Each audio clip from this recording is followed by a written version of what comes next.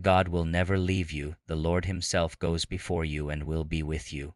He will never leave you nor forsake you. Do not be afraid. Do not be discouraged. Deuteronomy 31:8. When God told the prophet Jonah to go preach to the city of Nineveh, he disobeyed, got on a boat, and went in the opposite direction. You would think God would say, I would have gone before you if you went to Nineveh, but now you're on your own. But God doesn't abandon us when we make mistakes. He had a big fish ready to swallow him and spare his life when the sailors threw him overboard to calm the storm.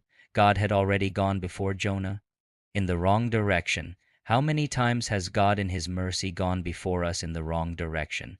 When we got ourselves in trouble, it was nobody's fault but our own, but God was there to help get us out. You're not on your own. You're not doing life by yourself. The creator of the universe is going before you.